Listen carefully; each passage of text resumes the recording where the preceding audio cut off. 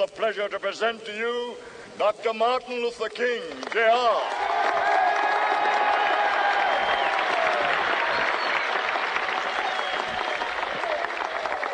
I am happy to join with you today in what will go down in history as the greatest demonstration for freedom in the history of our nation.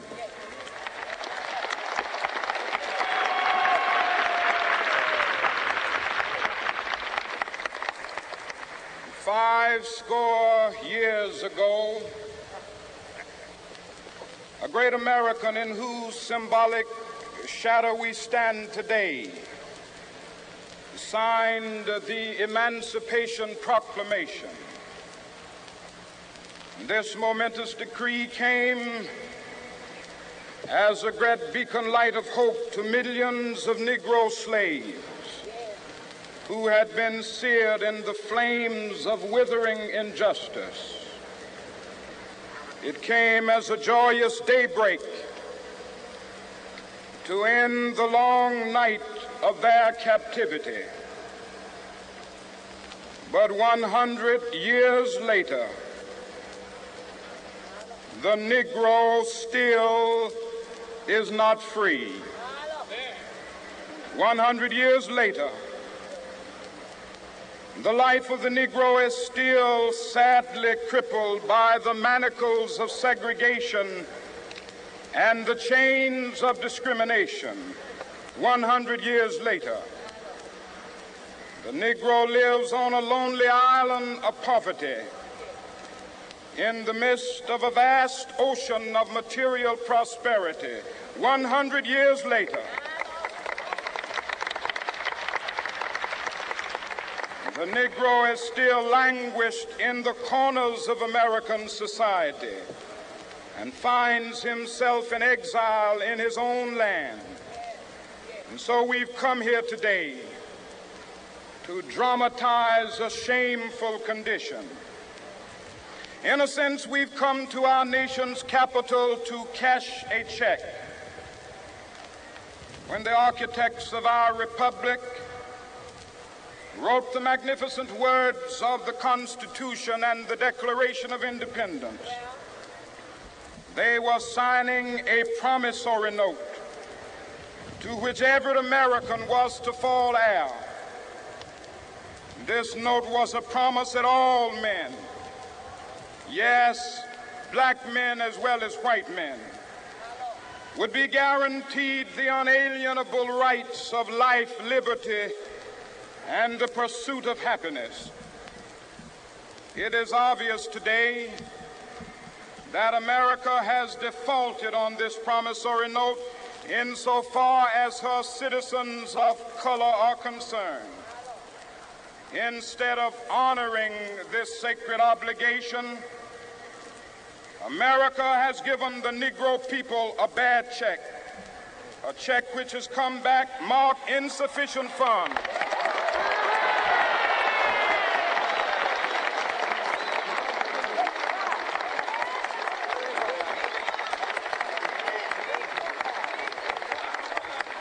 But we refuse to believe that the Bank of Justice is bankrupt. We refuse to believe that there are insufficient funds in the great vaults of opportunity of this nation. And so we've come to cash this check, a check that will give us upon demand the riches of freedom and the security of justice.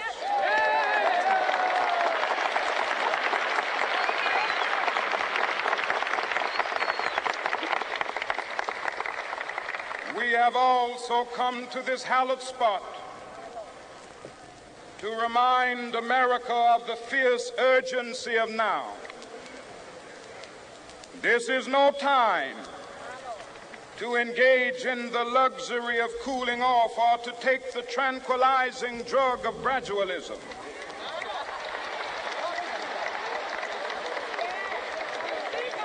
Now is the time to make real the promises of democracy.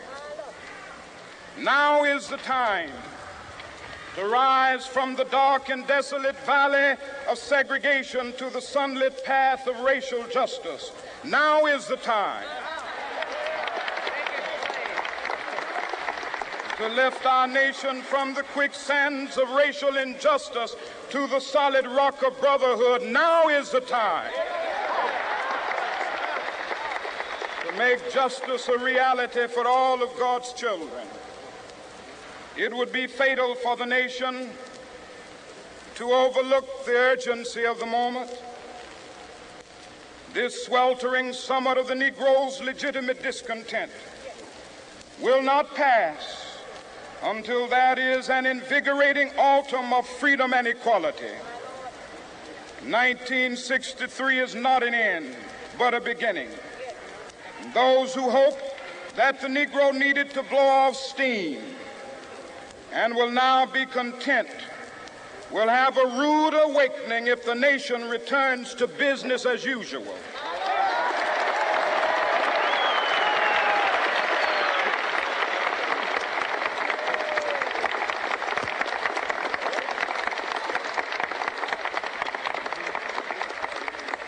There will be neither rest nor tranquility in America until the Negro is granted his citizenship rights. The whirlwinds of revolt will continue to shake the foundations of our nation until the bright day of justice emerges. But that is something that I must say to my people who stand on the warm threshold which leads into the palace of justice. In the process of gaining our rightful place, we must not be guilty of wrongful deeds. Let us not seek to satisfy our thirst for freedom by drinking from the cup of bitterness and hatred.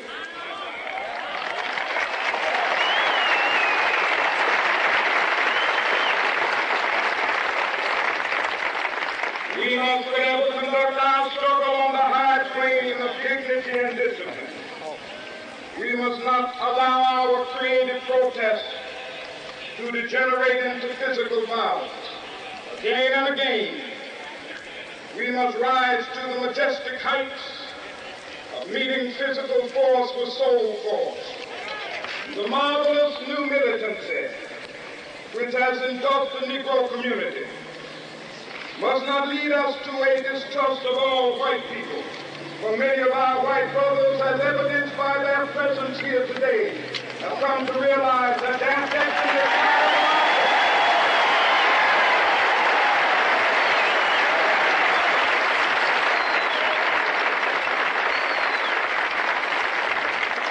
They have come to realize that their freedom is inextricably bound to our freedom.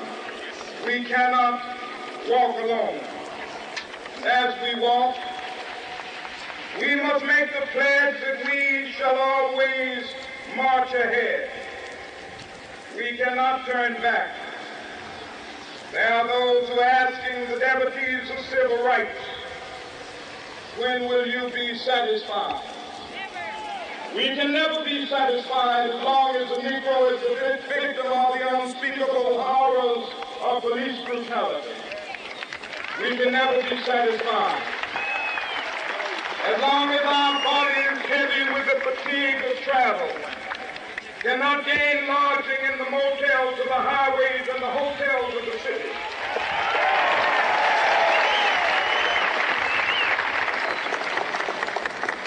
We cannot be satisfied as long as a Negro in Mississippi cannot vote and a Negro in New York believes he has nothing for which to vote.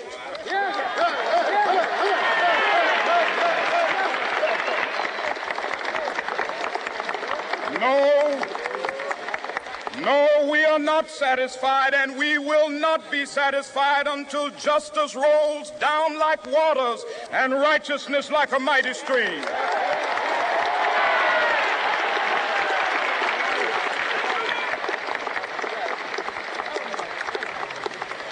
I am not unmindful that some of you have come here out of great trials and tribulations. Some of you have come fresh from narrow jail cells. Some of you have come from areas where your quest for freedom left you battered by the storms of persecution and staggered by the winds of police brutality. You have been the veterans of creative suffering. Continue to work with the faith that unearned suffering is redemptive. Go back to Mississippi. Go back to Alabama, go back to South Carolina, go back to Georgia, go back to Louisiana, go back to the slums and ghettos of our northern cities, knowing that somehow this situation can and will be changed. Let us not wallow in the valley of despair. I say to you today, my friends,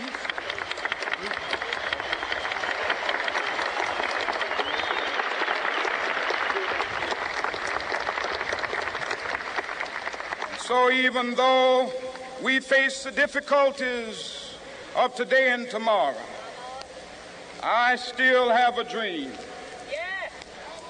It is a dream deeply rooted in the American dream. I have a dream that one day this nation will rise up and live out the true meaning of its creed. We hold these truths to be self-evident, that all men are created equal.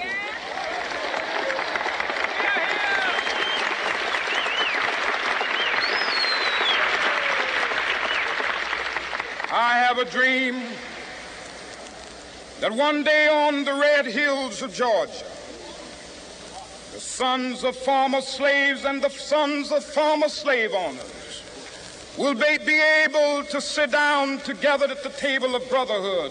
I have a dream that one day, even the state of Mississippi, a state sweltering with the heat of injustice, sweltering with the heat of oppression, will be transformed into an oasis of freedom and justice. I have a dream that my 4 little children will one day live in a nation where they will not be judged by the color of their skin, but by the content of their character.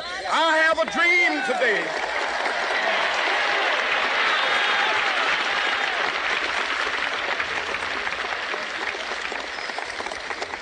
I have a dream that one day down in Alabama, with its vicious racists, with its governor having his lips dripping with the words of interposition and nullification, one day right there in Alabama, little black boys and black girls will be able to join hands with little white boys and white girls as sisters and brothers. I have a dream today